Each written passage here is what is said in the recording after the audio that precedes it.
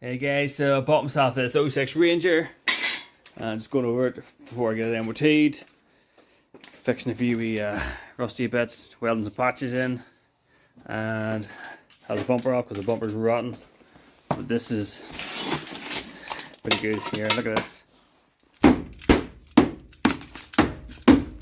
There's a glove and some hell of a lot of filler, fiberglass or something.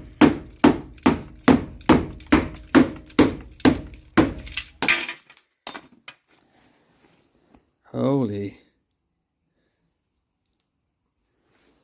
like, well, that'd be better just to take that off completely and pretend it didn't exist rather than do that.